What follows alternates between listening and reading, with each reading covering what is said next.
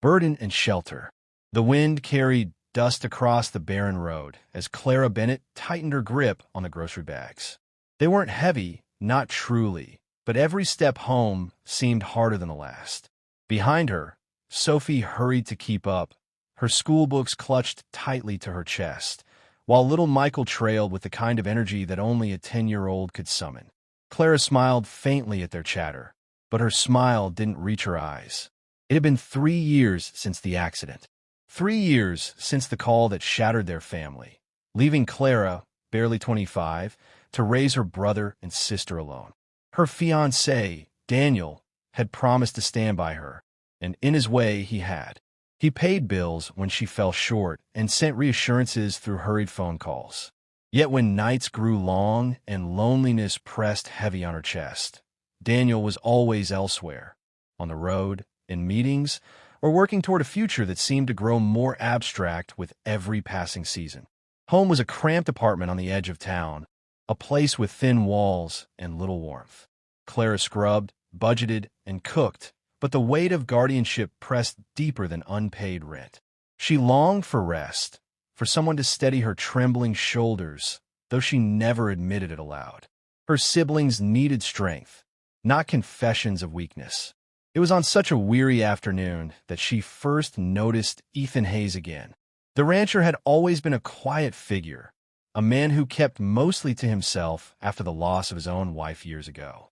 He was 6 years older than Clara, broad-shouldered, sun-creased, and slow to speak. But when their paths crossed near the feed store, his calm eyes rested on the children first, then on her. "You look worn down," he said simply, his voice even, without judgment. Clara managed a polite laugh. "Comes with the job." He studied her a moment longer, then shifted the sack of grain in his arms. "If you ever need space for the kids to run, my ranch has more grass than I know what to do with. They'd be welcome." The offer lingered in her mind long after they parted. She told herself she wouldn't accept. Daniel would disapprove, certainly, and she didn't want charity. Yet when the landlord mentioned raising rent again, and when Michael's cough echoed through the damp apartment walls, Clara found herself at Ethan's gate, unsure if she was asking for help or surrendering to necessity. Ethan opened the door without surprise, as though he had been expecting her. He didn't press her with questions, only showed them a modest but sturdy guest house near the main ranch. There was a porch that faced westward, fields that stretched toward the horizon, and silence that felt like peace rather than absence. Sophie's face brightened instantly. Michael ran across the grass, shouting that it smelled better than the city. Clara's chest tightened at the sight. For once, her siblings looked like children again, not like burdens she dragged through survival. Still, guilt tugged at her. That night, she wrote Daniel a long message, explaining the move, reassuring him it was temporary, and reminding herself that her loyalties lay with him. She pressed send and waited. Hours later, his reply arrived. "Do whatever you think is best. I'll visit when work slows down." Work never slowed.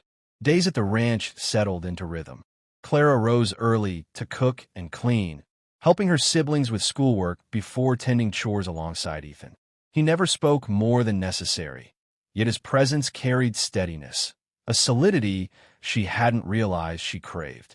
When Michael fell from a fence one afternoon, Ethan was there first, lifting the boy gently, checking for broken bones with practiced care.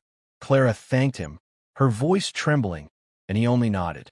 She told herself it meant nothing, that gratitude was not affection, that trust was not desire.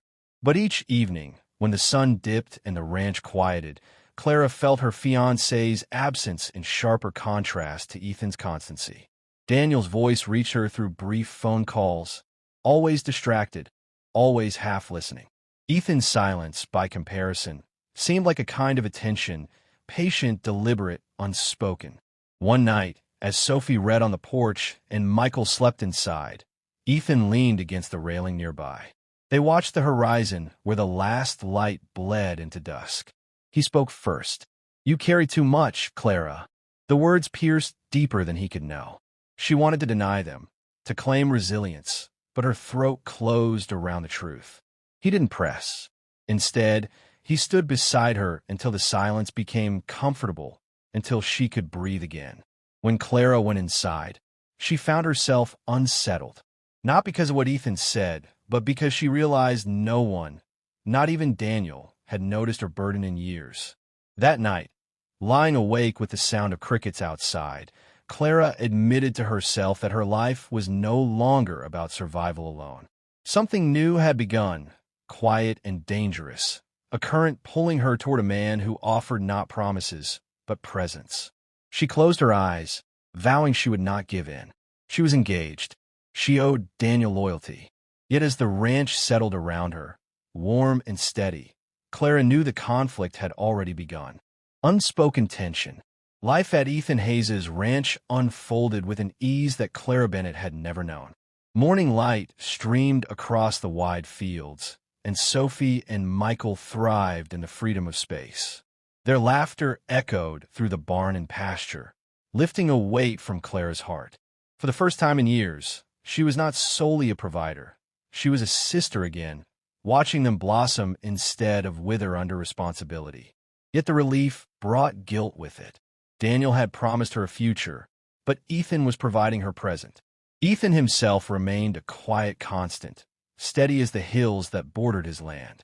He rose early, tended to cattle, mended fences, and moved with the rhythm of a man long accustomed to solitude.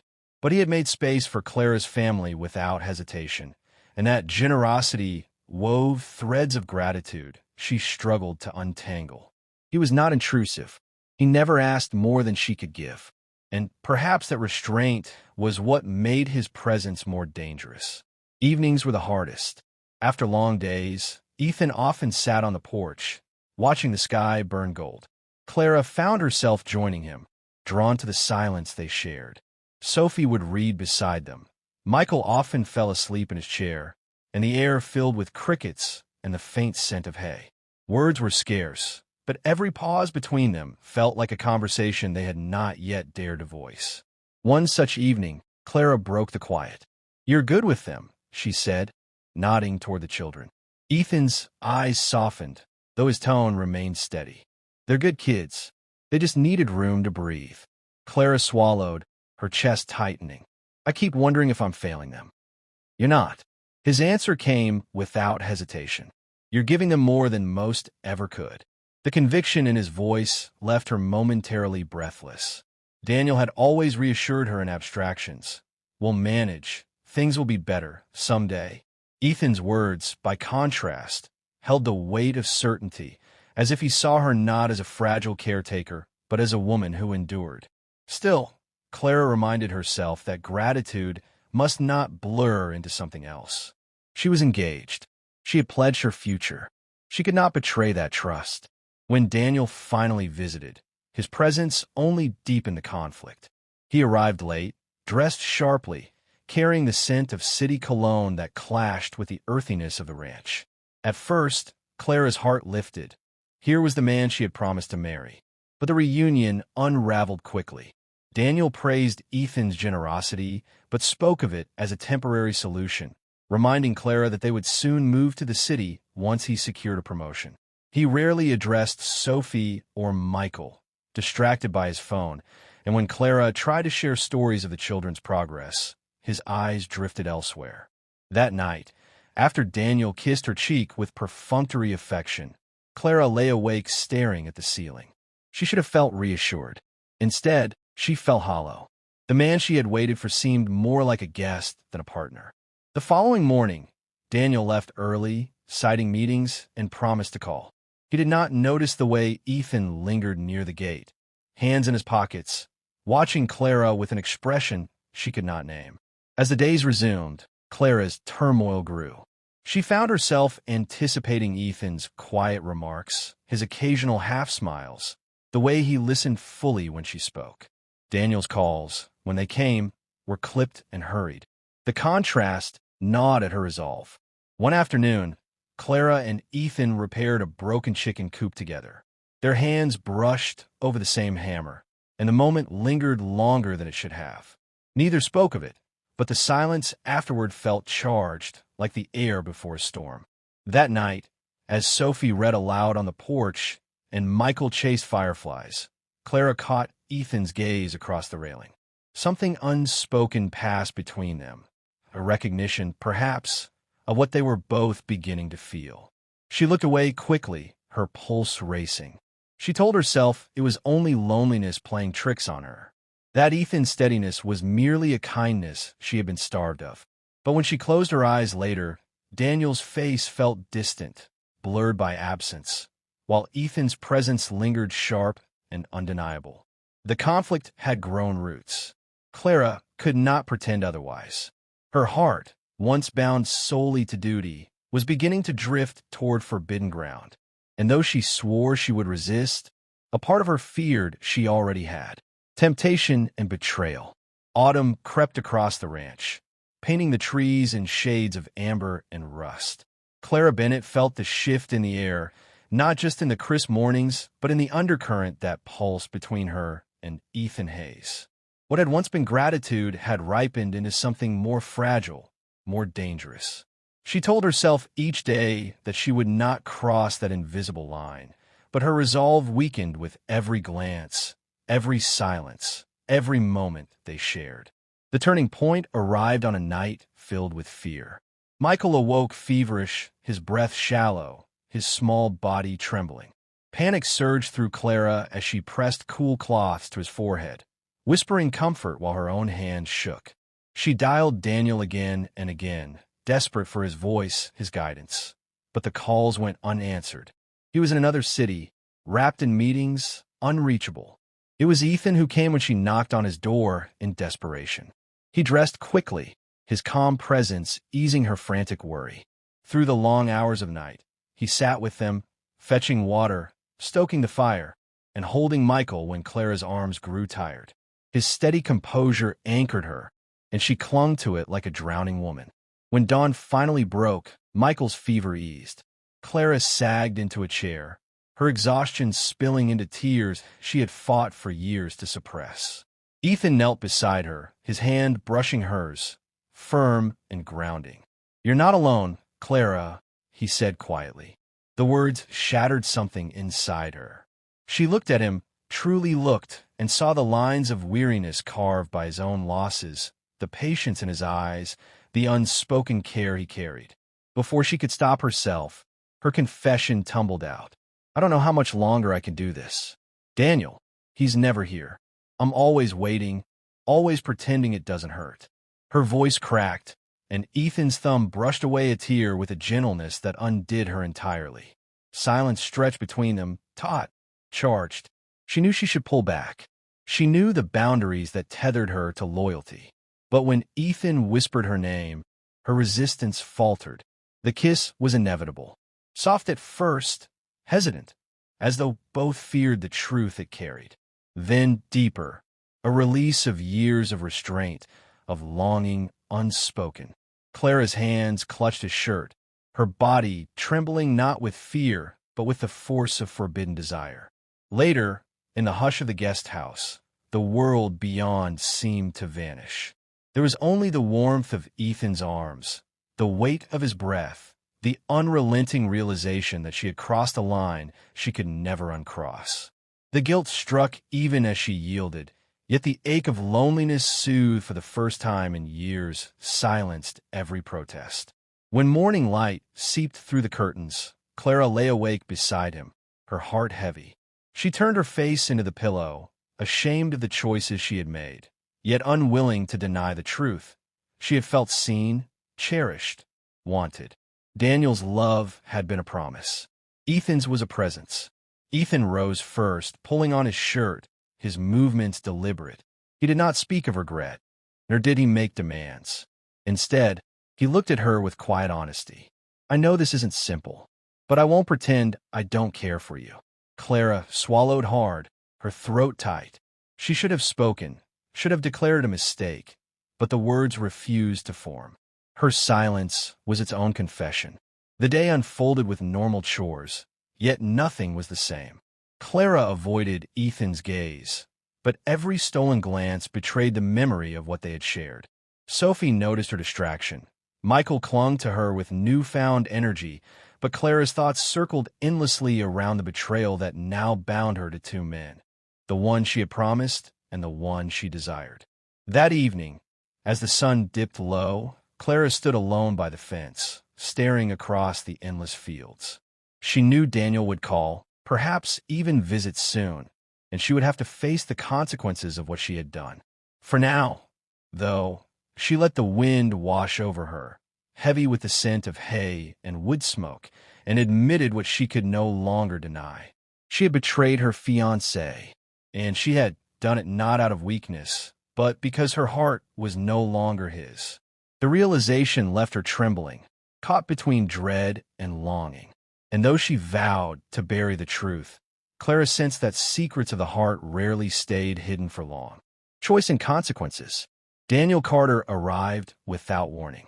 Clara Bennett saw his car winding up the dirt road, sleek and out of place against the dust of Ethan Hayes' ranch. Her pulse quickened, not with excitement but dread. She wiped her hands on her apron, forcing composure, yet her body betrayed her, trembling as though it already knew the reckoning had come. When Daniel stepped out, he carried himself with the confidence of a man who expected to be welcomed. His suit was crisp despite the drive, his smile practiced. He embraced Clara briefly, then looked past her toward the fields where Sophie and Michael played. "So this is the place," he said, his tone more evaluative than appreciative. "Temporary, of course. Once my promotion is finalized, we'll have a proper home in the city." Clara nodded, but her chest constricted. His words revealed what he had always seen in their life together. A plan, a future constructed in abstract terms, never rooted in the present. Ethan, standing near the barn, tipped his hat in greeting. Daniel returned the gesture politely, but with a distance that drew invisible lines between them. That evening, Daniel dined with them in the guest house. He praised Clara's cooking, asked about the children's schooling, but his attention was fragmented, broken by the persistent glow of his phone. Sophie's attempts at conversation were met with distracted nods. Michael, impatient with being overlooked, retreated outside. Clara's heart ached as she watched the ease her siblings shared with Ethan dissolve under Daniel's inattentive presence. Later, when the children had gone to bed, Clara and Daniel spoke privately. He outlined his vision for their marriage: the city apartment, the steady income, the promise of stability. He spoke with assurance, but Clara felt the distance in every word. His future left no room for the soil beneath her feet, the air she had learned to breathe again, or the quiet man whose steadiness had become her lifeline. "Daniel," she said carefully, "do you ever think about now? About what I need, what the children need today, not years from now?" He frowned, confusion flickering across his face. "Clara, everything I'm doing is for you. For us. Don't you see? Sacrifice now means comfort later." But she did see. She saw that comfort later meant loneliness now, and perhaps loneliness forever. And she knew she could not bear it. The truth weighed heavy on her tongue, but she spoke it anyway. "I've been unfaithful." Silence crashed between them. Daniel's face hardened, pride wounded deeper than love ever had been. With him, his voice was low, sharp. Clara did not look away. "Yes." For a long moment, Daniel said nothing. Then he rose, straightening his jacket as if it were armor. "I can't forgive that," he said finally. "You made your choice." When he left, Clara's chest hollowed. She had broken her vow, shattered his trust, and there was no undoing it. Yet as the taillights disappeared into the night, she felt not relief but the raw sting of finality. The life she had clung to, the promise of security, was gone. The following days passed in a haze. Clara avoided Ethan, ashamed of the storm she had brought into both their lives. Yet he did not press. He gave her space, tending the ranch with his usual patience, though his eyes followed her with quiet concern. One evening, unable to bear the weight of silence, Clara sought him out.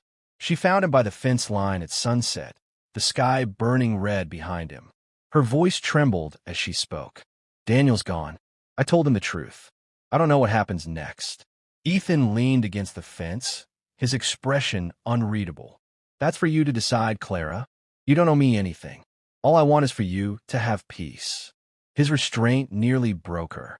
He did not claim her, did not demand repayment for his care. He simply offered her the freedom to choose, something Daniel had never truly done. Clara looked toward the fields where Sophie and Michael played, their laughter bright against the twilight. They were thriving here, rooted, safe, alive. And in that moment, she realized her answer had been forming all along, shaped not by passion alone, but by the steady truth of presence. She stepped closer to Ethan, her voice low but sure. "I want more than survival. I want a home, and I think it's here with you." His gaze softened, though he said nothing at first. Instead, he reached for her hand, rough palm enveloping hers, grounding her in the certainty she had craved for so long. As the last light faded, Clara felt the weight of her choices settle, not without sorrow, but with a clarity she could not deny. She had broken vows, she had lost, but in that loss, she had uncovered something deeper, a love not promised in words, but proven in quiet acts. The path ahead would not be simple, but it would be honest, and for the first time in years, Clara believed that was enough.